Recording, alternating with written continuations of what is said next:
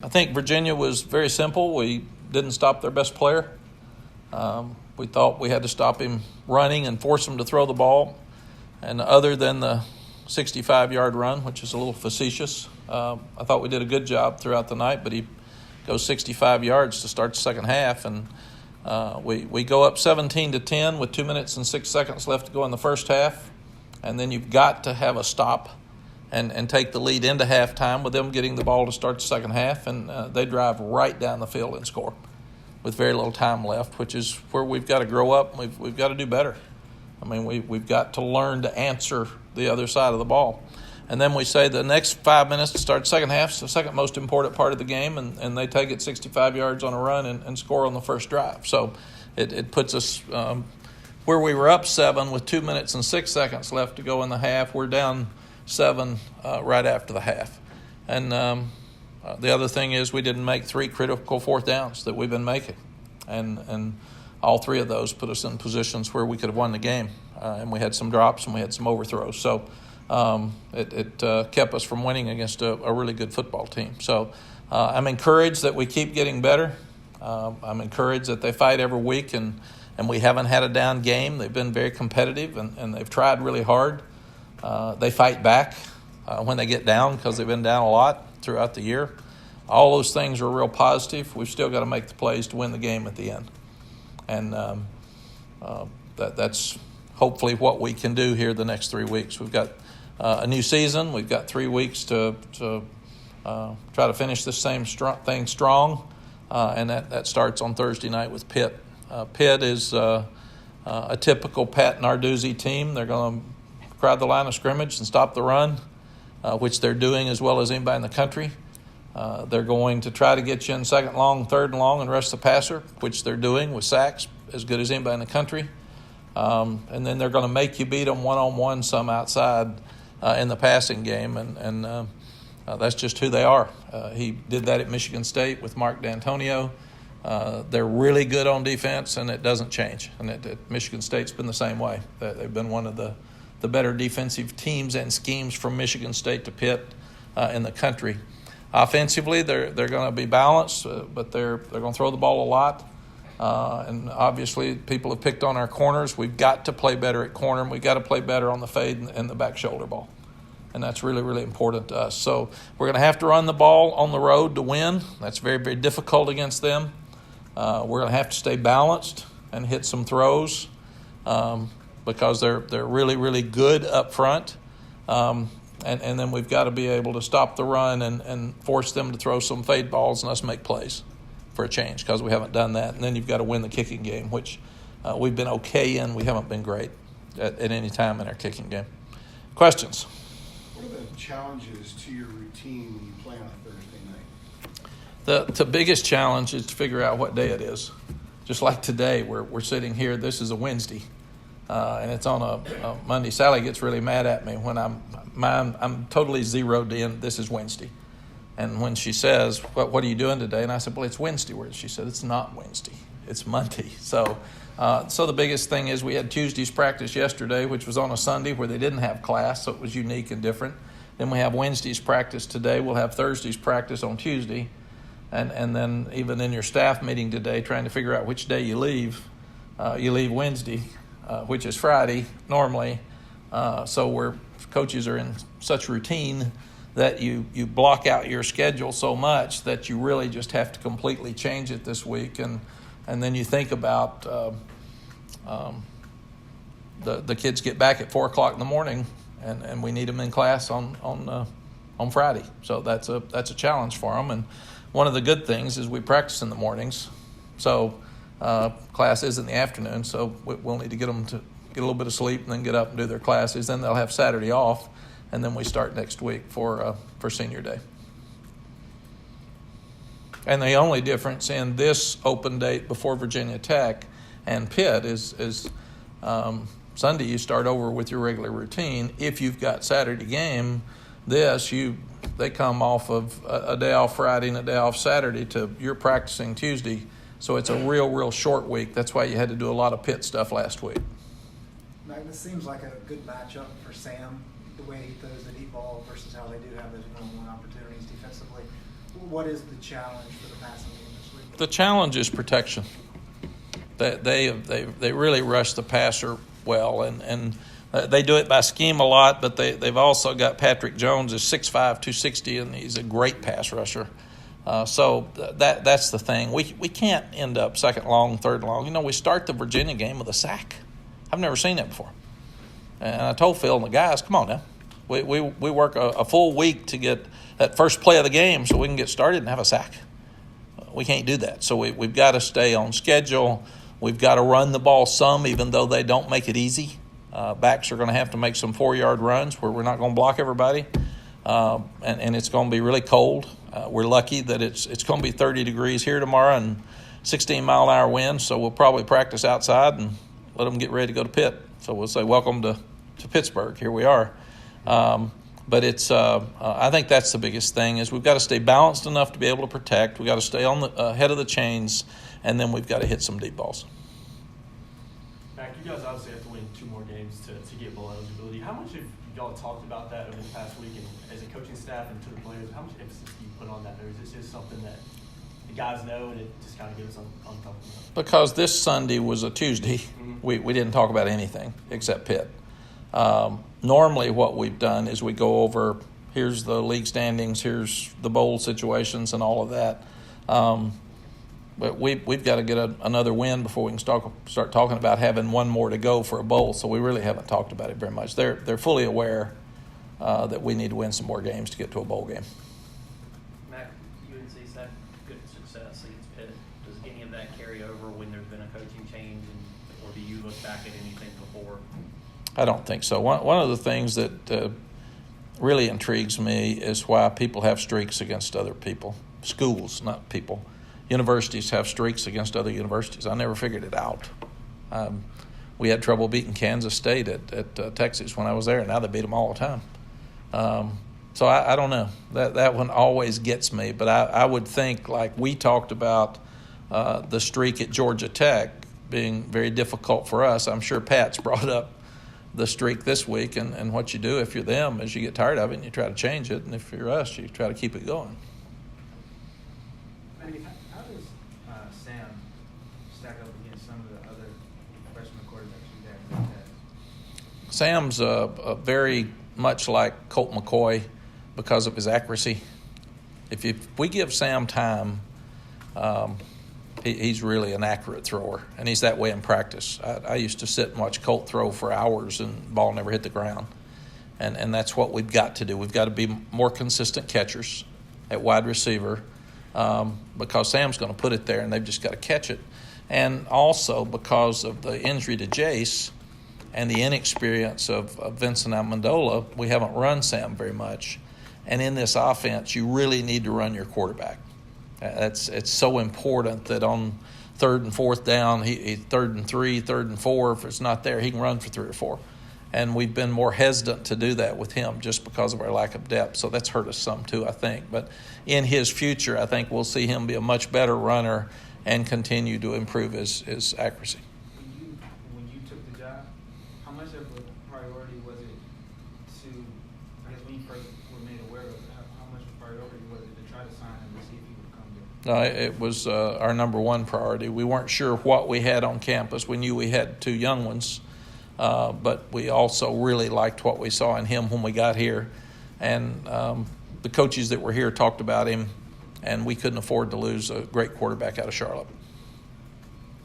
What do you think that you guys got most out of the open week? Probably some rest. Young guys got a lot of fundamental work. They got a lot of physical work. Older guys got some rest.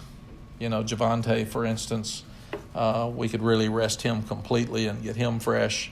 The backs that have been hit so much, we just didn't hit them much during the off week. Came back and had a regular practice here Tuesday, Wednesday, and now Thursday tomorrow. But it's I think that was the biggest thing. In some cases, I think because we haven't had depth, and it's our fault, we haven't developed enough depth, is that we wear down during games. So we're really trying hard now to put more guys in the game. For instance, Ray Vahasek has played more and played well, we're trying to get Jaleel Taylor in the game more so we can get some rest for especially Aaron Crawford. He played 90-something plays or something at Virginia Tech. That's just inexcusable. That's too much for especially a 300-plus pound guy. He wears down. So that was a big thing for us. Get some conditioning in, get some rest in, and keep the young ones working on a lot of fundamentals. How do you balance that when you've got guys like Crawford and Strobridge who are seniors, but you need them to win now, but you also need to try to build depth behind them for next year? How do you balance that? Everything we're doing is to try to win now. We promised our seniors at the first of the year that we were going to do everything we could to win every game for you, because this is it for you. We had a couple of freshmen that didn't practice well yesterday, and I called them out in front of the team, and I said, you're going to be a senior one day, and you're going to ask the rest of the guys to play for you because you want your senior year to be special. You're going to remember it the rest of your life, and here you are laying down and being lazy and not creating an edge for practice. That's just unexcusable and unfair. So that's what we've told these seniors. Everything the next 3 weeks is for them to try to finish a lot better than they have in the last 2 years. Because they even said the senior class the last 2 years had disappointing years, and senior days next week, I want the stands to be full, and I want it to be a special day for them, and I want that to be really the kickoff and the start of something special in our program moving forward. Mack, there are 6 teams in the top 20 from the ACC in sacks per game. Pitt's like I think second in per game, and you guys will end up playing all 6 by the time you play NC State. We've helped them. We've led to some of those good sacks for them. Well, I was going to ask if there was a commonality in the way some of those teams, Miami, Virginia Tech, Pitt, rush the passer and attack offensive lines, something that you've seen in particular that make them so successful. There's good athletes, number one, in those positions, and we throw the ball a lot in this league. And I think there's a lot better teams in this league than perceived, because a lot of us are so much alike that so many games are coming down to the end. But there's Virginia Tech that loses by 1 point to Notre Dame on the road, and then you come back and they beat Wake Forest by a couple of touchdowns. So Virginia Tech's really doing a good job. Virginia had Notre Dame on the ropes and turned it over a few times at the end of the game. So I do think the league's better than perceived. Is there anything schematically about the way these teams are attacking quarterbacks and trying to bring them down, or is it just the game flow? I think that there's a lot of great defensive coordinators in this league. We talked about Bud Foster. I think Jay will be one of those. He's coming right now like he is, and a lot of different schemes. And a lot of people are stopping the run on first down, and they really bring a lot of different stuff on third down, and it's been very, very difficult to stop. Coach, both Vince Young and Colt McCoy were Heisman runner-ups. Sam's been thrown around this year with the best with Joe Burrow and Tua. With Sam's career moving forward, what do you think it will take for him to get that caliber of being a Heisman candidate? Us to win. We're so close to those guys are winning. Joe Burrow's not in there because of just being Joe Burrow. If those guys were 4 and 5, they wouldn't be talking as much about Joe as they are Sam. So Sam's off to a great start. We need to finish strong, and then we need to become a better program, and then the guys will get the individual attention for winning games. I told Vince Young one time the only stat a quarterback's ever remembered for long-term is his record. How many wins? And I think Vince Young was 30-2. And I can't remember how many yards he rushed for. I can't remember how many passes he had. I can remember 30-2. You talk to Vince a lot still? I do. I'm so excited that Vince is going into the Hall of Fame, and he's having a big dinner, and I'm going to fly up for his dinner. So I text with the guys more than I talk to them because everybody's so busy.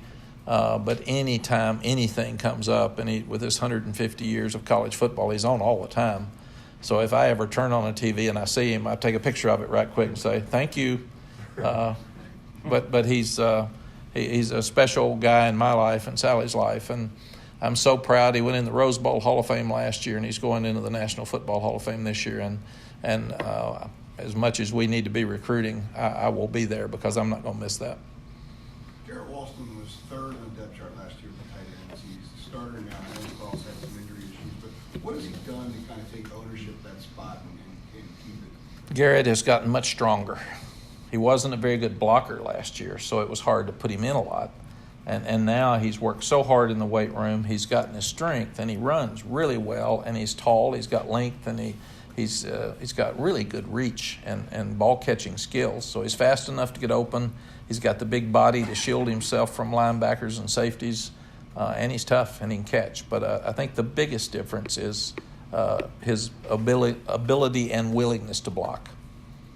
Mack, Jay mentioned earlier that he thought the defense's effort at times against UVA wasn't where it needed to be. In your experiences, how much can you coach, if at all, effort into players? The best way to coach effort is have depth and put them on the bench. And right now we don't have that. Bench is the best motivator. And that's what we got to do. If you can take them out and they know you can take them out, they're going to play hard because they like to play. But the most powerful thing you've got is when you've got somebody behind them that you can put in and they know they lose playing time. That's the best motivator. Rest of it, we all talk about speeches and all that stuff. That bench is good. Hey, come here. Right there. Sit there. Other guy's going to play for a while, and then they pout and they get mad, and then they go back out and they don't want to come back out again. When you first got here and kind of got an idea of what you had on the roster and what you had coming in, did you feel like this was a team that was going to go into the last quarter of the season with a chance to be a bowl team? Very honestly, I had absolutely no idea what we were going to do. When we beat South Carolina, I was surprised because neither linebacker had ever played in a game. Quarterback had never played in a college game. I mean, so if you'd asked me the night before the South Carolina game, I couldn't eat or sleep. But guys just played so hard. And then we were disappointed at both Wake, who's a really good team. We were disappointed at App State, and it's a really good team. And then we got back on track. So it's been an up and down ride. But I think in every case, the good thing is these are good young people, and they've really listened and they're trying. And where Jay and I were disappointed sometimes, and when the defense didn't try as hard, sometimes I think they're worn out a little bit too, and they're worn down. They weren't worn out after sitting in the dressing room 20 minutes for that first drive of the second half. But part of a transition is learning how to play hard all the time. Sometimes they think they're playing hard all the time, but they're really not because they have to see themselves on video before they realize. I said, is that full speed? And you can say if that's full speed, then you're not good enough to play for us, and that's not good enough to be in the NFL. So, but if that's all you got, then we need to put somebody else in. And usually they understand I loafed. So that's the process that we're going through, and that's why I think we grow each week. Aside from the linebackers, is there another position group or maybe a player that surprised you positively? Ray Vahasek is picking it up, and he's so quick inside. I think he's got a chance to help us here in the next 3 weeks. Jaleel Taylor, like I said, I think they've got a chance. It's interesting, and we're trying to get Javon Terry, Storm Duck, and DeAndre Hollins where they can play a fade. Just where they'll compete, and it's a process. People say you got to play the ball better. Well, you got to learn to see the receiver's eyes go up and his hands and eyes go, and when they go, you got to go. And we're not doing that very well, and Dre's killing himself trying to get them to do that. And I think we've improved in that area. But losing all these defensive backs really changed who we are defensively because it's put Jay in such a bind. Do you protect your corners with zone, or do you try to stop the run by putting them all in and playing man, or do you disguise so much, and how much can you disguise with a young secondary? So from the Clemson game where we've gotten a lot of people hurt, we just haven't been as good on defense, consistently good, and that's hurt us some. Offensively, I think the most improved 2 players for me, let's go 3 players, would be Bo Corrales, Garrett Walston, and Marcus McKeithen. We weren't sure any of those 3 would be players for us when we started in the fall, and all 3 of them have had a lot of good snaps for us. What else? What type of tangible thing would you like to see to show that the defense heard your message loud and clear? You loud and clear about the effort. Stop the run, force some turnovers. That's how you play defense. Against Virginia, we really didn't do either. And if you don't stop the run, the game's over. And I really thought, and it's why whoever asked the question about what I thought, the bold question, what I thought is that Virginia would have a lot of trouble running the ball, and that Bryce had not thrown the ball consistently well. And I didn't think we would be able to run the ball because Virginia was number 2 in the league in defense at that time, and we'd have trouble protecting because they had a bunch of sacks, and neither was right. We threw it all over the place, and they ran it and threw it all over the place. So I thought it would be one of those 2017 games, and it ended up being whoever had the ball was going to score. So you just never know.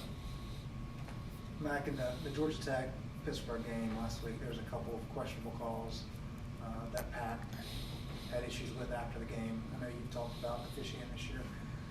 Has officiating gotten worse over the years, or is it a matter that we have more technology and we kind of see things better now? How does that trend take place? I think it's number 2. We know everything now because we can replay a play so many times that we know exactly what happened. And these officials are guys who have full-time jobs during the week, and they run out and they do this on the weekend, and the game's so fast now. And things are happening so quickly, sometimes they can't see it. And that's why I wish that the guy upstairs would make a decision. If it is a critical, game-changing play, then let's go upstairs and get it right.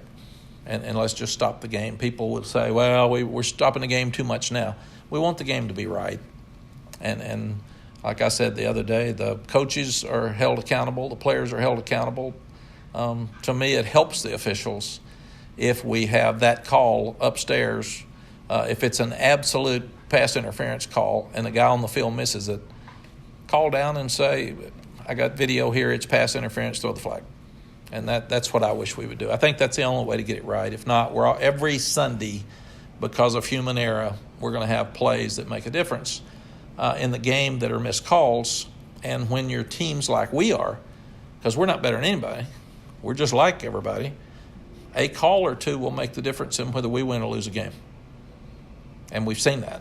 And it just kills you. So we may turn in 5 calls a week that were missed. They're game-changing calls.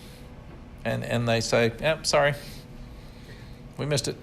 Yeah, well, good, I'll go throw up. I mean, come on, man. But that's what it is. So I'd like to see us have more help for the officials upstairs. I love the officials.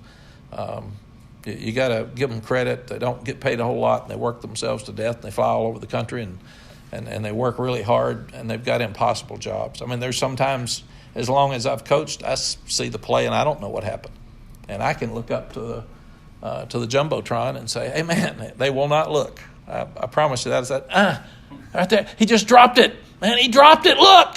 They will not look. They won't speak either, by the way, or look, but they have hard jobs. Should they be full-time? And especially with staffs having officials and practices in spring and every day and all that? I don't know with money issues like we have in college sports that we could afford to pay officials full-time. I think that would be the question. I think there should be transmission in the helmets for the quarterbacks and even the linebackers.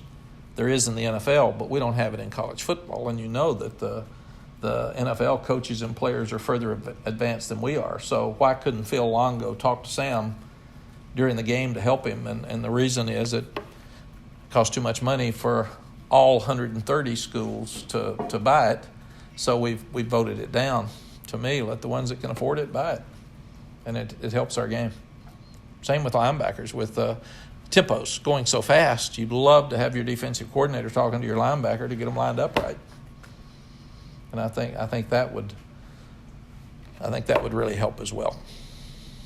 ESPN put out the results of its survey of Power 5 coaches, just talking about the college football playoff and everything last week. I was just curious if you looked that over, if anything in there was kind of eye-opening to you at all.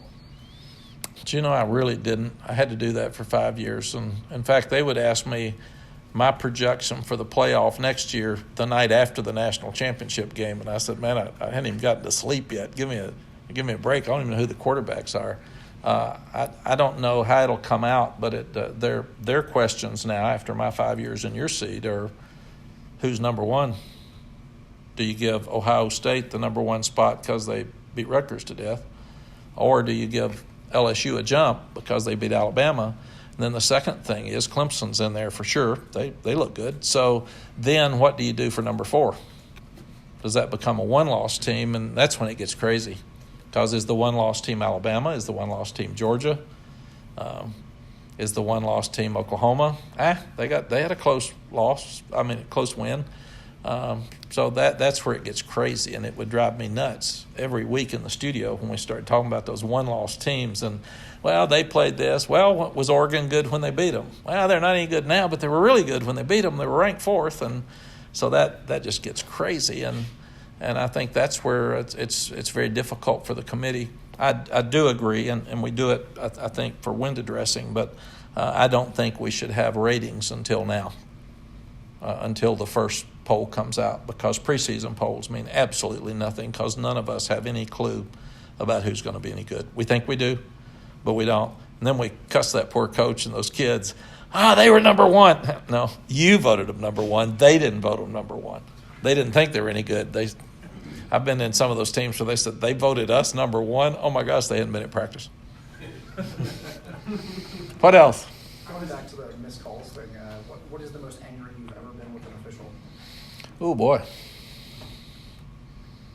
Lots. I've thrown hats. I've thrown headsets. They're more expensive now, so I probably shouldn't be throwing them. I'll lay them down, I guess, if I get mad. But I can't remember. 31 years as a head coach, there've been a lot of mad.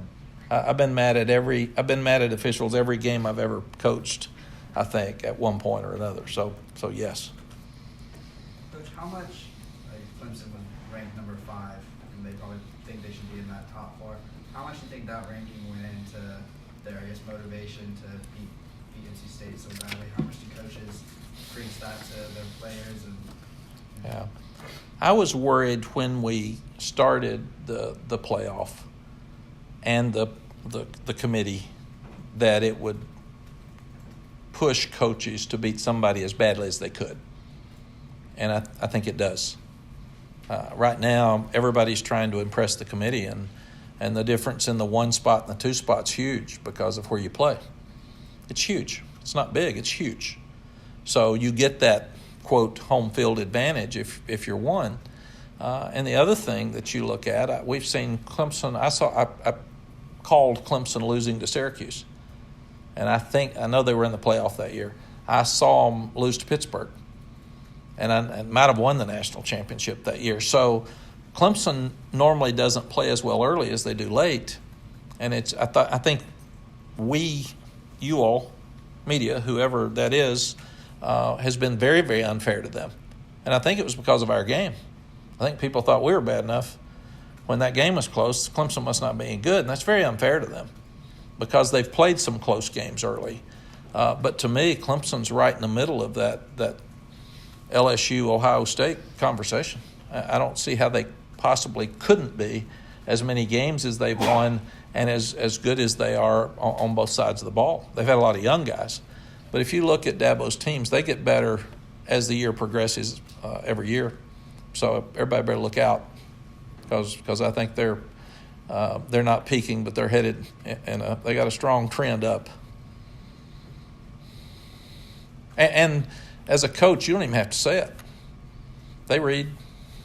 They know when they say they're 5th. We're 5th. What do you mean we're 5th? We're undefeated, man. We won 31 straight games or whatever it is. That's motivation enough. All you have to do if your Dabos walk in and say, guess they don't think we're very good. Maybe they're right. I don't know. We'll see. We'll see Saturday night. That's all you have to do. It doesn't take much. What else? All right. Thank you all, and we will see you Thursday night. Thursday night. Sure we know what day it is? Yeah. It'll be Tuesday. It'll be Saturday for me, but it'll be Thursday it'll actually be Thursday. So Thursday for Sally. it'll be Saturday for Thursday. That you have to flip it backwards. And I do think it's going to be 27 to 30 degrees. So Dress up. Bundle up. Bundle up.